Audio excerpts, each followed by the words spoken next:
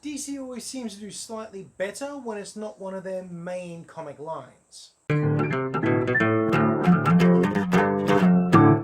Losers, released in 2010 and directed by Sylvain White. Production value of 25 million, a domestic take of 23 million, an international take of 5 million. For a worldwide total of 29 million and a profit of 4. So straight up, that's weird. When a movie almost covers its production costs in its domestic release, you're expecting big things. But no, this bombed internationally.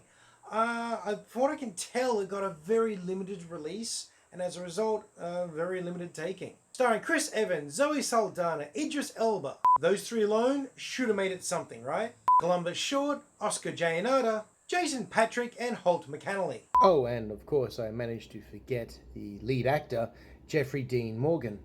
He plays Clay. And I probably should warn you that my opinion ends up wandering all over the place in this movie.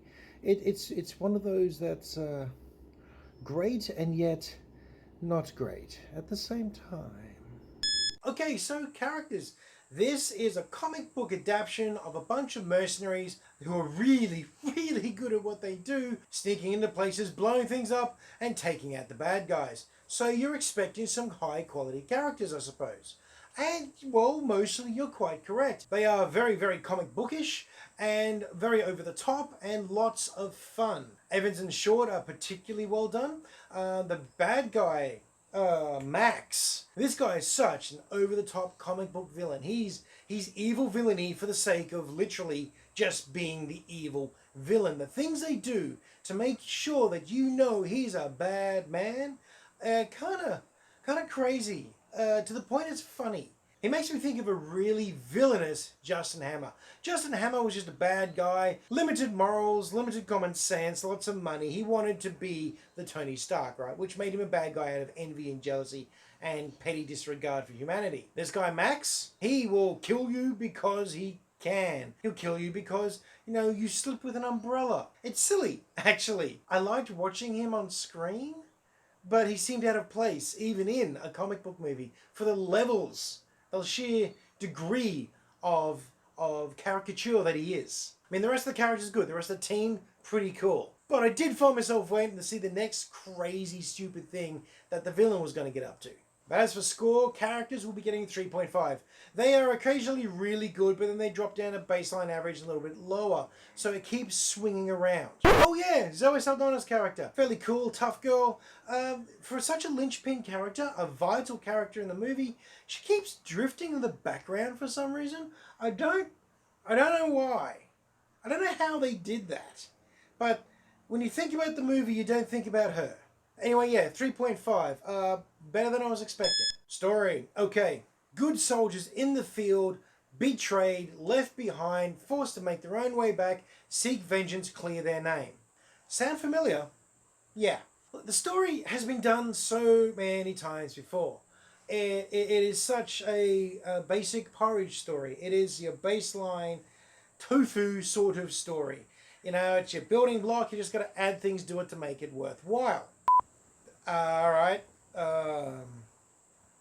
Good guys are on a mission overseas. They get betrayed. They get left behind in the country. Everyone thinks they're dead apart from one person who knows the truth and offers them a chance at retribution and revenge and name clearing and, things like that if they help her get back to the state and get hold of the bad guy for her. It's a win-win-win and everyone's suspicious because of reasons. The betrayal comes along and no one's surprised. Then the other betrayal comes along. You're kind of surprised because they really didn't... they hinted at it and you got a feeling that not everything was okay, but you weren't expecting a full-on betrayal, but also you didn't care because it's too far in the movie. It's too far down the line. It's literally in the middle of the third act that the betrayal occurs, and he's not going to get away with it, so whatever. But is it a good time, Murray?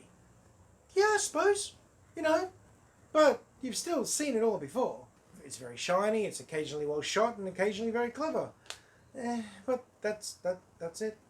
We're done here. I was going to give story 2.75 because it really isn't anything special, but it was at least well presented. It's a very nice sauce with this tofu. So, yeah, I'll put it at a 3. Look and feel, well, it's very nice to look at. The locations are great. The lighting's super effective, actually. That's one that kept jumping out at me, how well they use the lighting. Wherever they shot this, whatever location they were using for this, they really maximized the effect of it. They really took advantage of everything the local area had to offer. The safe houses and hideouts, the divey motels, the back rooms and the special operations centers, they all felt very real. The on-screen presence of this film was frequently really, really nice and often a little confusing. The whole happen off screen, you get told about it thing happens a bit too much. I mean, location change is one thing, but total geographic shift and you're just here now, there's no connection. At least they were nice enough to give you little title cards when you did shift locations.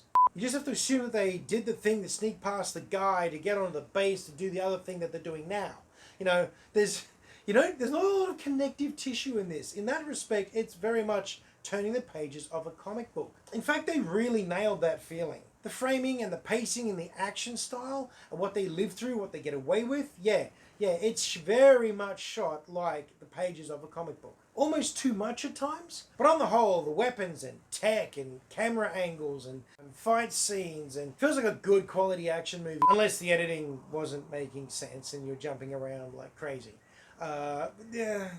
Actually, this film fits in really well with the first Red movie, and they're both DC or Vertigo comic adaptations done by Warner Brothers, so bit of a theme. Score for look and feel, well, it's going to be a 3.25. It's got some holes in it. It's got some editing issues. It jumps a lot, but not so much that it ever throws you out completely. And it really does look very nice while it's doing it. So yeah, I'm happy with that.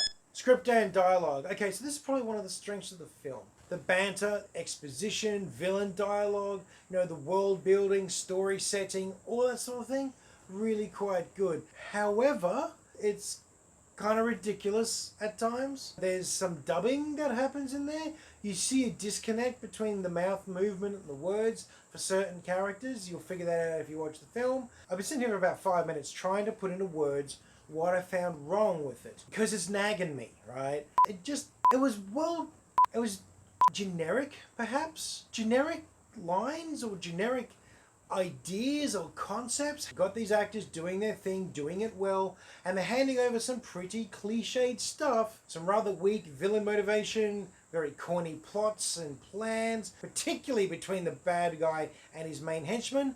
That was just kind of funny, kind of not, kind of done, but also kind of suited them. I'm very on the fence on this one. I just can't pick the balance point. I had a really good time watching it, mostly, but now that I've stopped watching it, I'm going, gee, that was so cliche. You did buy into it at the time that you saw it, which is what's important. You're watching a movie for escapism, and you definitely escape, and you buy into the required level of disbelief to enjoy it. Mostly. It's the mostly part that keeps being a bump. It keeps popping you out of the film every now and then. I mean, I know people that think this movie is absolutely terrible, and then I also know people that think the movie is absolutely fantastic. And I can see both of their points of view. Neither of that helps me. Alright, so score, look. Yeah, alright, 3. It's gonna sit at 3. Because even if it is actually bad, I didn't hate it, and it didn't upset me to watch it. So, there's that, right? Fun factor. Here we go. So, did I have fun? Yeah, I did actually. I really quite enjoyed watching this movie. Am I going to watch it again? No, probably not, actually. I've seen it twice now. I'm done. I don't see any reason to watch it again. It's been about 10 years between viewings. That seems about okay. That seems about fair. I've just remembered my favourite scene. Evans's character pretending to have telekinetic finger guns and taking out a couple of bad guys. That was really cool. That's probably my favourite part of the film, actually. That whole sequence with Evans in the building is actually really well done. Well, it doesn't change my score, I just, regret not talking about it earlier. So anyway, fun factor, it also gets a 3. Now, we're going middle of the road on this one, pretty much down the line, I'm afraid. I'd love to give you some more spicy reasoning than this, but I can't. It's just a case of the fun counterbalancing the dumb. So there we go, it's a 3. So final score, add them all up, you get a 15.75. That feels about right. You know, slightly better than average. Slightly. So the question is, would I recommend it? You know what? Yeah, I'd recommend it. You should probably watch it at least once. You know, it's up there with Red, kind of for quality. It's your middle ground action movie. You know, if you know what you're in for, you're probably going to have a good time. Possibly even a better time than I did. Anyhow, there's my review of The Losers. Hope you enjoyed it. Let me know what you think down below or on the Facebook page. Usual like, share, and subscribe request. And as always, I hope you're having a great week and that you get some time to go and watch a movie.